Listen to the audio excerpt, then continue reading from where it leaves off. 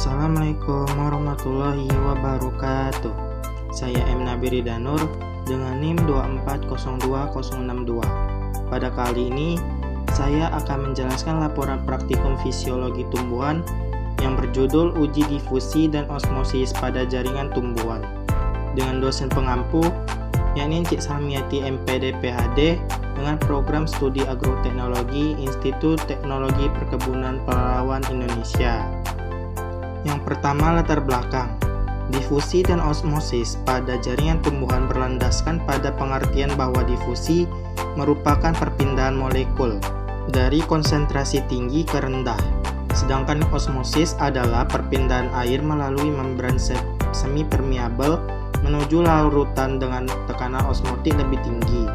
Kedua proses pasif ini terjadi secara alami tanpa memerlukan energi, sehingga sangat penting bagi sel tumbuhan dalam mempertahankan tekanan turgor, menjaga keseimbangan cairan, serta menunjang proses fisiologi seperti penyerapan mineral dan distribusi air ke seluruh jaringan.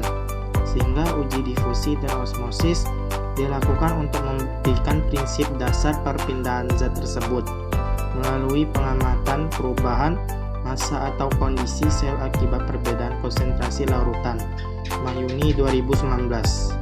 2. Tujuan praktikum. Pertama, mempelajari proses difusi zat terlarut melalui membran sel tumbuhan. 2. Mengamati perbedaan osmosis pada sel tumbuhan dengan konsentrasi larutan yang berbeda.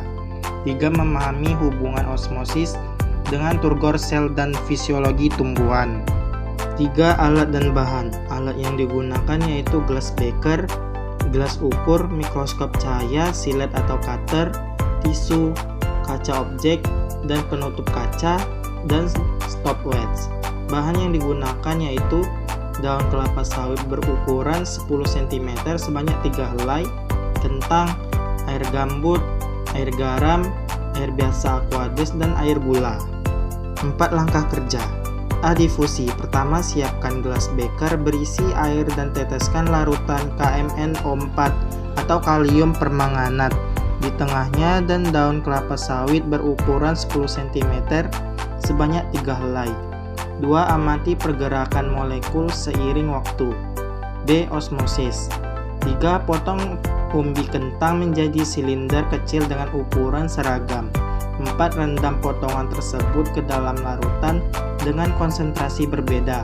A. Air murni hipotonis. B. Larutan NaCl atau garam 0,3 molar isotonis. C. Larutan gula 0,6 molar hipertonis. 5. Biarkan 15-30 menit, lalu amati perubahan panjang, berat, dan tekstur jaringan. 6. Catat hasil pengamatan pada tabel. Berikut merupakan dokumentasi langkah kerjanya.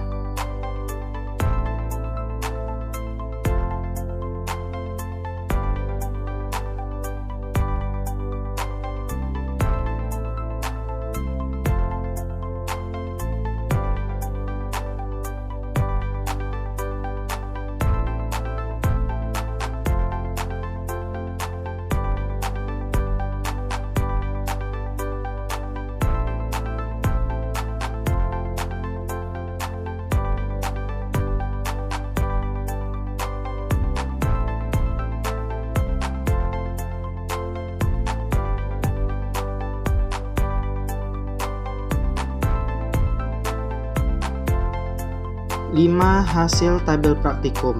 Yang pertama ada tabel 1 difusi KMnO4 dalam air.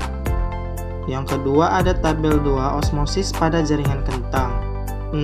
Pembahasan berdasarkan pengamatan pada uji difusi menggunakan KMnO4. Semua perlakuan mulai dari air garam, air gambut, hingga air murni menunjukkan bahwa daun tetap melunak dan tidak mengalami pengerutan. Hal ini menandakan bahwa perbedaan tekanan osmotik antar larutan tidak terlalu besar, sehingga air tidak banyak keluar dari sel daun. Proses difusi berlangsung secara alami dari daerah berkonsentrasi tinggi menuju daerah berkonsentrasi rendah hingga mencapai keseimbangan dan kondisi osmolaritas ketiga larutan yang tidak terlalu ekstrim membuat sel daun tetap stabil secara fisik. Pradipta 2018. Pada uji osmosis pada jaringan kentang, perbedaan respon terlihat jelas berdasarkan jenis larutan. Kentang dalam air murni hipotonis mengalami peningkatan berat dan menjadi lebih keras karena air masuk ke dalam sel secara maksimal. Pada larutan garam isotonis, perubahan panjang dan berat minimal karena perpindahan air seimbang. Sebaliknya, pada larutan gula hipertonis, kentang sedikit melunak dan berat akhirnya menurun karena air bergerak keluar dari sel. Fenomena ini mempertegas prinsip osmosis bahwa arah pergerakan air ditentukan oleh gradien berkonsentrasi, di mana sel akan kehilangan atau memperoleh air sesuai kondisi lingkungan sekitarnya. Widiansah dan Rahardian 2021. 7. Kesimpulan. Uji difusi dan osmosis pada jaringan tumbuhan menunjukkan bahwa perpindahan air dan zat terjadi mengikuti perbedaan konsentrasi tanpa memerlukan energi. Perubahan massa atau kondisi sel pada larutan yang berbeda membuktikan bahwa kedua proses ini sangat penting dalam menjaga tekanan turgor, kestabilan sel, dan kelancaran fungsi fisiologis. Pemahaman mekanisme ini membantu menjelaskan bagaimana tumbuhan mempertahankan keseimbangan internal, serta menyesuaikan diri terhadap perubahan lingkungan. Berikut merupakan dokumentasi daun kelapa sawit yang diiris melintang. Selanjutnya, berikut merupakan dokumentasi daun kelapa sawit yang diiris melingkar. Berikut merupakan daftar pustakanya. Cukup sekian penjelasan laporan praktikum fisiologi tumbuhan, uji difusi dan osmosis pada jaringan tumbuhan. Jika ada kesalahan atau kekurangan, mohon dimaafkan. Wabillahi taufiq wal hidayah. Wassalamualaikum warahmatullahi wabarakatuh. Terima kasih.